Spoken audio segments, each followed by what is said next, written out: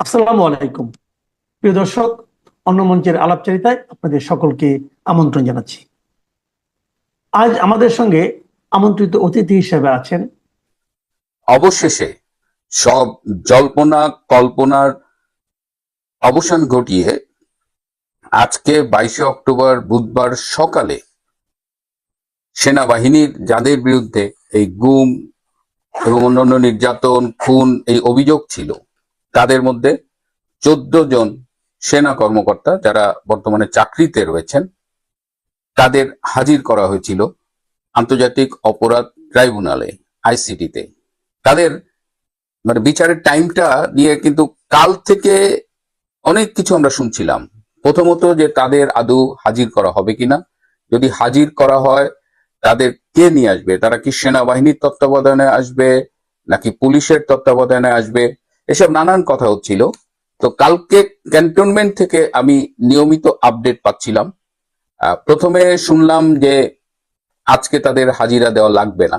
কেন লাগবে না? কারণ তাদের পক্ষের আইনজীবীরা এই এই অধ্যাদেশের, এই যে নতুন অধ্যাদেশ করে আইসিটি অ্যাক্ট যে চেঞ্জ করেছে, তারা যে অ্যাড করেছেন, এই সেইগুলোকে চ্যালেঞ্জ করা হবে এবং এই রিটের শুনানি না হওয়া পর্যন্ত তাদের আদালতে হাজিরা দিতে হবে না। এটা কিন্তু কালকে বিকেলের দিকের কথা, দুপুরের পরের কথা।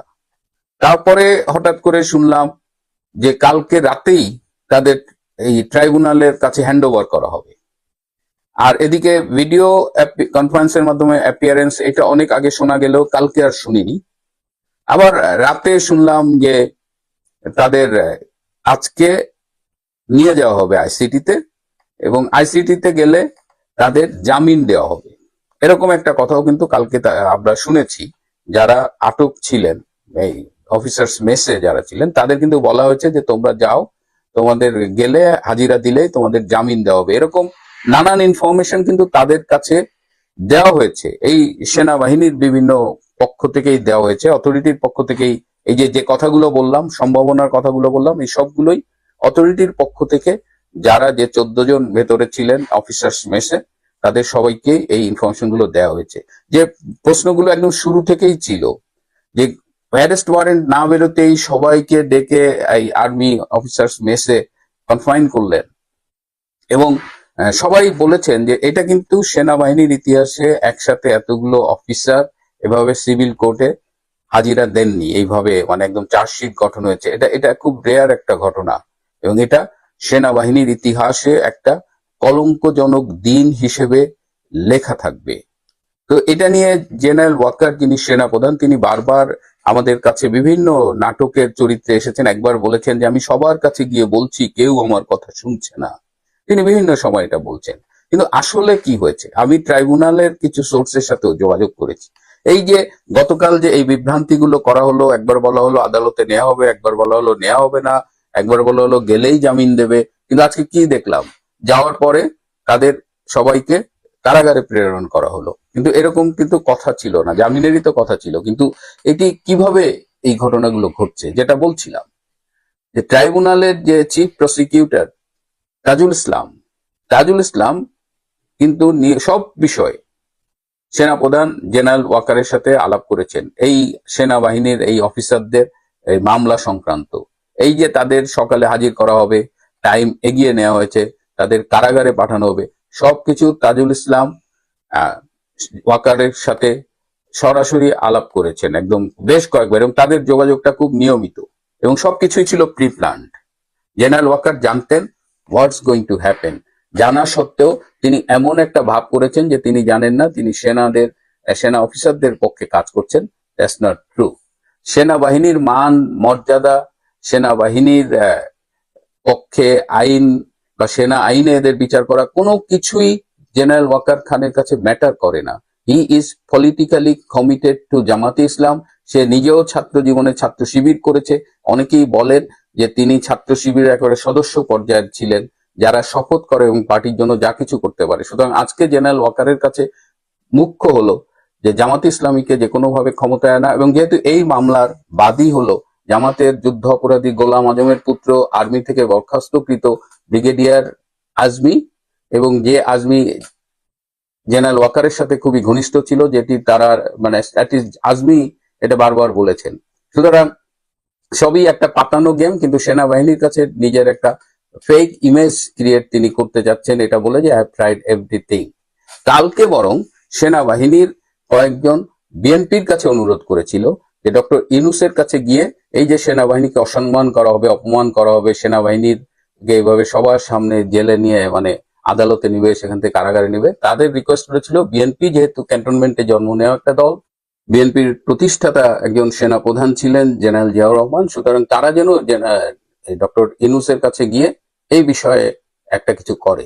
এবং সেই অনুযায়ী আপনারা দেখেছেন গতকাল বিএনপির মহাসচিব মির্জা ফখরুল আলমগীর, আমির খসরু এবং সালাউদ্দিন আহমেদ তিনজন গিয়েছিলেন। আমরা সচরাচর কোনো মিটিং এ এই তিন ধারার তিনজনকে একসাথে বিএনপির প্রতিনিধিত্ব করতে দেখি না, কিন্তু কালকে আর্মির অনুরোধে তারা গিয়েছিলেন।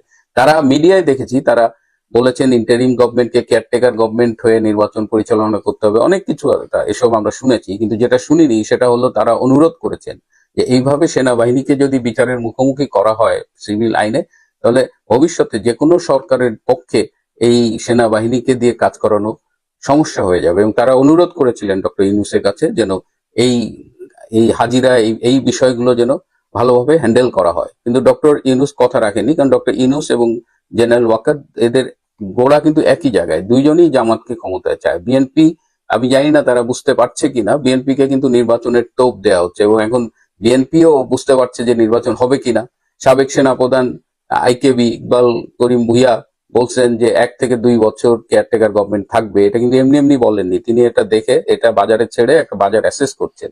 সো বিএনপি কে নির্বাচনের মূলা ঝুলিয়ে পরিস্থিতি এমন ভাবে ক্রিয়েট করতে চাচ্ছেন ইউনূস সাহেব এবং জামাত ওয়াকার এরা মিলে, যাতে নির্বাচনটা না হয়। এবং নির্বাচন না হলে, যে জামাত তো এখন ক্ষমতা ভোগ করছে, জামাতই সরকার চালাচ্ছে, আর নির্বাচন হলেও যদি হয় তাহলে জামাত ক্ষমতায় যাতে আসতে পারে সেই জন্য ওয়াকার এবং ইউনূস চেষ্টা করছে। সুতরাং বিএনপির ক্ষমতায় যাওয়ার সম্ভাবনা খুব কম, কিন্তু বিএনপি এখন আবার ইউনূসকে টোপ দিচ্ছে যে বিএনপি ক্ষমতায় গেলে তারা ডক্টর ইউনূসকে পর্যাপ্ত সম্মান দেখাবে, মানে তিনি একজন গুণী মানুষ, তাকে কিছু একটা দেবে, কিন্তু খেলাটা অন্য জায়গায় আর কি। তো এটা হলো, এই যে বললাম যে নির্বাচন হবে কি হবে না, এটা হলো ডক্টর ইউনূসদের ক্যালকুলেশন। আমি কিন্তু আওয়ামী লীগ এবং অন্যান্য রাজনৈতিক শক্তির কথা এখানে আলাপ করছি না। আমি এখানে আবার ফিরে আসি সেনাবাহিনীকে নিয়ে। সেনাবাহিনীর মান সম্মান রক্ষা করতে পারলেন না ওয়াকার। আমাদের 70 দশকে আমরা একটা নাটক দেখেছিলাম টেলিভিশনে, আফজাল হোসেনের রচিত নাটক, আফজাল সুবর্ণ অভিনীত, যেখানে সুবর্ণের নাম ছিল রুমকি এবং সেখানে নাটকের নাম ছিল পারলে না রুমকি। তো আজকে আমার সারাদিন এই ঘটনাগুলো দেখে মনে হয়েছে যে পারলো না ওয়াকার, ওয়াকার আপনি পারলেন না। কিন্তু আপনি কি পারেননি? আপনি করতে চেয়েছিলেন পারেননি, নাকি আপনি ইচ্ছে করেই ব্যর্থ হয়েছেন? আপনিও চেয়েছেন যে এইভাবে, হ্যাঁ, সে মানে এই যে যেহেতু জামাত অভিযোগ করেছে এবং এদের বলা হচ্ছে আওয়ামী পন্থী, এসব ষড়যন্ত্রের সাথে আপনি একেবারে top to bottom A to Z আপনি জড়িত, এবং আজকে আপনার হাত ধরেই আর্মির এই চূড়ান্ত অপমানটা হলো। ইতিহাস কখন কাকে কি ফিরিয়ে দেয় সেটা তো আমরা ঠিক আগে বলতে পারি না, অনেক সময় অনুমান করি, বিশ্বাস করতে চাই না। তো সেই দিন হয়তো আমরা দেখব যেদিন প্রিজন ভ্যানে করে জেনারেল ওয়াকার খানকেই কোনো এক আদালতের উদ্দেশ্যে নিয়ে যাওয়া হচ্ছে এবং সেখান থেকে হয়তো তাকে কারাগারে পাঠানো হচ্ছে, বলা যায় না। তবে যে ঘটনাটা আজকে ঘটলো এটা কারো জন্যই মঙ্গল বয়ে আনবে বলে আমার মনে হয় না, এটা কারো জন্যই সুখকর হলো না। এই যে সেনাবাহিনী আজকে সকালে তাদের ঘুম থেকে উঠানো হয়েছে 5টার সময়, 5টায় ঘুম থেকে উঠিয়ে তাদের আবার এই প্রিজন ভ্যানে 40 মিনিট তাদের বসিয়ে রাখা হয়েছিল। তো এই যা হোক, তাও একটা ভালো প্রিজন ভ্যান দিয়েছে, একটা এসি কন্ট্রোল, কি শীততাপ নিয়ন্ত্রিত প্রিজন ভ্যান, এটা আমরা আগে দেখিনি। তো যাই হোক, জেনারেল ওয়াকার, ইতিহাস আপনাকে মীর জাফরের মতো করে মনে রাখবে, এটা আমরা আগে বহুবার বলেছি। সময় আজকে আপনি যেটা করলেন তার প্রতিদান আপনাকে ফিরিয়ে দেবে। হেডলাইন দেখে এতক্ষণ হয়তো আপনারা চিন্তা করছেন যে হঠাৎ করে আমি কি বললাম যে সেনাপ্রধান কি গ্রেপ্তার নাকি উনি প্রস্থান করবেন। এই বিষয়টা নিয়ে আজকে সামান্য কিছু কথা বলবো। তো তার আগে আপনাদের বলি যে আজকে সারাদিনের সেই সকাল থেকেই তো দেখলেন যে ওই যে 15 জন সেনা অফিসার যাদেরকে আপনার আনা হয়েছিল আন্তর্জাতিক ট্রাইব্যুনালের সেই কোর্টে, এবং ওখান থেকে তাদেরকে বিশেষায়িত কারাগারে নেওয়া হয়েছে যেটা সেনা ক্যাম্পের ভেতরেই আছে। এবং আজকে ওদেরকে এই জায়গায় নিয়ে আসার পরে মানে আন্তর্জাতিক ট্রাইব্যুনালের এই কোর্টে আনার মাধ্যমে কিন্তু সেনা প্রধান যে কাজটা করেছে সেটা হচ্ছে যে এই আইনের বৈধতা দিল। মানে সেনা বৈধতা কিরকম, মানে সেনাবাহিনীর বিরুদ্ধে এর পরে যেই কোনো ভাবে কোনো মামলা হয়ে ওয়ারেন্ট হলেই তার চাকরি চলে যাবে, তার আর চাকরি থাকবে না। তো সেনাবাহিনীর মোরাল তো ভেঙে দিয়েছিল আপনার আগস্টের 5 তারিখ, মানে সেনাবাহিনী একরকম ক্লিনিক্যালি ডেড 5ই আগস্ট যে যেটা হয়েছিল যে শান্তি মিশনের লোভে পড়ে ইউনূস গ্যাংয়ের হাতে দেশ তুলে দিয়েছিল সেনাবাহিনীর এই সেনাপ্রধান ওয়াকারুজ্জামান চৌধুরী এবং বাকিরা। তো আমি এটা কেন বলছি ক্লিনিক্যালি ডেথ, দেখেন সেনাবাহিনী যেখানে যাত্রাবাড়িতে পুলিশ রক্ষা করতে পারেনি সেখানে গিয়ে পুরো থানার ভেতরে যত পুলিশ ছিল তাদেরকে ওখানে রেখে সেনাবাহিনী প্রস্থান করেছিলেন এবং মব উস্কে দিয়েছিলেন যাদের তাদেরকে মেরে ফেলা হয়। এছাড়া আপনাদের কাছে মনে আছে সম্ভবত এসআই সন্তোষ চৌধুরীর কথা, সেনাবাহিনী নিজেরা মবের হাত থেকে বাঁচতে এসআই সন্তোষ চৌধুরীকেও তুলে দিয়েছিলেন সেদিন মবের হাতে। সেনাবাহিনী তো আসলে আইসিইউতে তখনই, সুতরাং আইসিইউতে থাকা কোনো দল বা কোনো বাহিনী সে আর ভালো কি বা করতে পারে। কিন্তু এখানে প্রশ্ন হচ্ছে যে সেনাপ্রধান এগুলো কেন করলেন। আপনাদের নিশ্চয় মনে আছে সেনাপ্রধানের সেই বক্তৃতার কথা, যে সেনাপ্রধান বলেছিলেন যে আমিরে জামাত, আমরা বলি জামাতের আমির, উনি আর জামাতিরা বলে আমিরে জামাত, যে আমিরে জামাতকে উনি না পাওয়ার কারণে উনি মিটিং 2 ঘন্টা পোস্টপোন করেছিলেন। এরপরে যে বৈঠক করেছে উনি তো জামাতি, মূলত উনি জামাতি, যদিও আগে লেবাস ধরেছিলেন মানে লুঙ্গির তলায় ছিলেন, উনি মূলত জামাতি, জামাতের কার্যক্রমগুলোই উনি দেখছেন। কিন্তু এখন পড়ে গেছে আসলে মহাবিপদে, যে কিভাবে কি করবে এগুলো উনি এখন বুঝে উঠতে পারতেছে না, যার কারণে 15 জন। তবে এই 15 জনকে আজকে সকালবেলা আনার আগে কিন্তু গতকাল 3টা খুব ইন্টারেস্টিং মিটিং হয়েছে।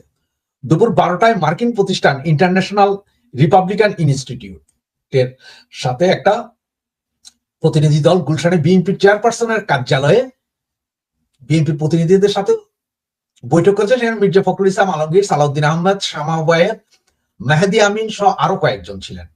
এরপর আইআরআই প্রতিনিধি দল যমুনায় যায়। এই আরআই দলই আপনার বিএনপির সাথে বৈঠক করছে গত, এরপর যমুনায় গিয়ে ইউনূসের সাথে দেখা করে। আইআরআই এর ভাষ্য মতে তাদের এই সফর আপনার নির্বাচনকালীন পরিস্থিতি পর্যবেক্ষণের জন্য, কিন্তু আসলে ইউনূসের সাথে মিটিংটা ছিল নির্বাচন নিয়ে না।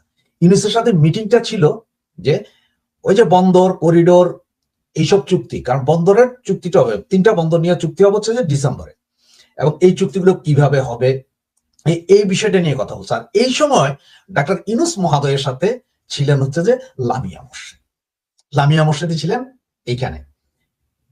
ওনারা যাওয়ার পর মানে এই আরআরআই প্রতিনিধি দল যাওয়ার পরপরই ওখানে হাজির হন আপনার বিএনপির লোকজন, আমাদের মির্জা ফখরুল ইসলাম আলমগীর এবং আমাদের আমির খসরু মাহমুদ চৌধুরী, এনারা সবাই ওখানে যায়। কোথায়? সেই বিএনপির প্রতিনিধি দল যায় যমুনায় ইউনূসের সাথে দেখা করতে। এই মিটিং এ আবার ছিল লামিয়া, ছিল না। এই মিটিং এ ছিল আদিলুর, আসিফ নজরুল, ওয়াহিদউদ্দিন মাহমুদ ছিল। সেইখানে আসলে তাদের সাথে যে কথাবার্তা হয়, কারণ মার্কিন ফেডারেল গভর্নমেন্টের ফান্ডে যেসব কাজ হয় সেগুলো তো মার্কিনীরা এই সংস্থার মাধ্যমে সারা পৃথিবীতে মার্কিনী গণতন্ত্রের চর্চায় ব্যস্ত থাকে, যে এইভাবে করেন এইভাবে করেন। কিন্তু ওরা ইয়েতে যায় না, আফগানিস্তানে যায় না, ওরা পাকিস্তানে যায় না, ওরা মায়ানমারে যায় না, ওরা যায় কোথায়? আমাদের মতন ফকির নিমাকাদের যেগুলোতে খাইতে পারবে তাদের কাছে। তাদের আজকে দরকার আমাদের সাথে বন্দর, করিডোর, সমুদ্র, খনিজ সম্পদ, এগুলো সব তাদের দরকার। সেই জন্যই ওরা আমাদের কাছ থেকে খুব বেশি বেশি কথা বলছে, তাদের এজেন্ডা বাস্তবায়ন করছে। আসলে এদের অন্য আর কোনো ইয়ে নাই। এরা হংকং এ যায়, তাইওয়ানে যায়, কারণ যে গ্যাঞ্জাম আছে চায়নার সাথে, এগুলোই করে তারা। তো বিএনপি আর আইআরআই মিটিং এর মূল টার্গেট ছিল যে ইউনূসগং মার্কিন যুক্তরাষ্ট্রের সাথে এনডিএ চুক্তি স্বাক্ষর সহ দেশের বন্দর, খনি সহ কিছু মার্কিনীদের হাতে তুলে দিচ্ছে, সেই বিষয়ে বিএনপির নিরঙ্কুশ সমর্থন নিশ্চিত করে। বিএনপি সমর্থন। আপনার একটা জিনিস খেয়াল করেন, সবসময় ইউনূস সাহেব যখন একটা পেচকিতে পড়ে যায় তখন বিএনপি, জামাত আর এনসিপি এই 3টা দলকে ডাকে। সেটারই প্রথম কাজ কিন্তু গতকালকে ওই বিএনপির আবার ইয়েতে যাওয়া। এখন বিএনপি গেল, কারণ বিএনপিতে যমুনাতে লেফট রাইট কন্টিনিউ করে। এখন কালকের ডাক ওই যে মার্কিন এনডিএর সাথে যে চুক্তি হবে সেই বিষয়ে কথা বলছে, এবং এই যে সেনা কর্মকর্তাদেরকে আজকে কোর্টে হাজির করা হবে সেই বিষয়ে ফাইনাল কথা হয়েছে যে আপনারা কেউ কোনো কথা বলবেন না, প্লিজ আপনারা এই বিষয়ে কোনো কথা বলবেন না। এটা হচ্ছে বিএনপির, এবং হচ্ছে যে ওনার নিজস্ব সেফ এক্সিটের দরকার আছে। কার? ডাক্তার ইউনূস সহ বাকি উপদেষ্টাদের। তবে বাকি উপদেষ্টার মধ্যে আমার মনে হয় না ডাক্তার ইউনূস অন্য কারোর কথা চিন্তা করে, নিজেরটাই চিন্তা করে, কারণ ওনার তো যা যা নেওয়ার এই দেশ থেকে সব নেওয়া হয়েছে। এখন এগুলোরে 100% ইয়ে করতে হবে, কি প্রফিট মার্জিন ঠিক রাখতে হবে, এগুলোর যাতে ক্ষতি না হয়, এগুলো একটু ওনারে চিন্তা করতে হবে। এই চিন্তা থেকে উনি বিএনপিকে ডাইকা সবকিছু করলেন। তো এখন দেখেন এই মুহূর্তে এইসব ঘটনা যখন হচ্ছে তখন আপনারা একটা জিনিস চিন্তাই করে নিতে পারেন যে যে কোনো মুহূর্তে ওয়াকারের নামে একটা মামলা হয়ে যেতে পারে, যে কোনো মুহূর্তে। এখন সে মামলাটা হলে সেও কট হবে, আর না হলে সে নিরাপদ প্রস্থান নেবে। কারণ হচ্ছে যে উনি ডিসেম্বর মাসে এলপিআর এ চলে যাবেন, এলপিআর এ গিয়ে উনি আসতে ওখান থেকে চলে যাবেন, গা শেষ এই। আর আজকের পরে আপনি দেখবেন যে হয়তো 15 দিনের মধ্যে তারেক জিয়াও দেশে ফিরতে পারে। কারণ হচ্ছে ওই যে তারেক জিয়াকে যারা মেরেছিল, যেসব সেনা অফিসাররা ওই সময় ছোট ছোট অফিসার, ওদের মধ্যে কিন্তু এই 56 জন আছে। ওই সেনাদের আরো একটা বৃহৎ অংশ, যেটা বিডিআর বিদ্রোহের সময় কিন্তু মারানো হয়েছিল, ওই সেনাদের ওই অংশটা, যে জিয়া ভক্ত সেনা কর্মকর্তাদের দিয়া ওই সেনাদেরকে মারা ছিল বিডিআর বিদ্রোহের সময়, যে সেনারা মারা গেছিল, এগুলো কিন্তু তারেক, খালেদা, জামাত এরাই করাইছিল। আর বাকি 56 জন যেগুলো ছিল ওদেরকে এখন, তার মধ্যে 15 জন হচ্ছে যে একদম খুররাম খা।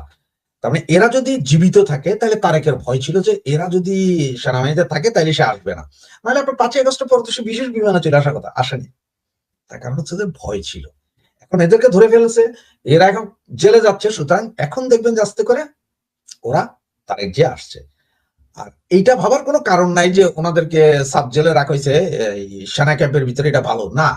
এটা রাখা হয়েছে ভয়ে, যে ওদের যদি নর্মাল কারাগারে রাখে, এরা সবাই সবকিছু জানে, গেরিলা ট্রেনিং আছে, সবকিছু আছে, সেনাবাহিনীর 15 জন অফিসার, মস্কারি নাই কিন্তু, যে কোনো সময় কারা বিদ্রোহের মতো কিছু করতে পারে বা অন্য কিছু করতে পারে, এই ভয়ে তাদেরকে আলাদা রাখা হচ্ছে, এখানে কোনো সম্মান দেখাইয়া রাখা হয়নি। সুতরাং দেখতে থাকুন যে আসলে সেনাপ্রধানের সাথে কি হয়। সেনাপ্রধান কি সেফ এক্সিট নিয়ে সম্মানের সহিত চলে যেতে পারে, নাকি ভিতরে ঢুকে যেতে হয়, এটাই এখন দেখার বিষয়।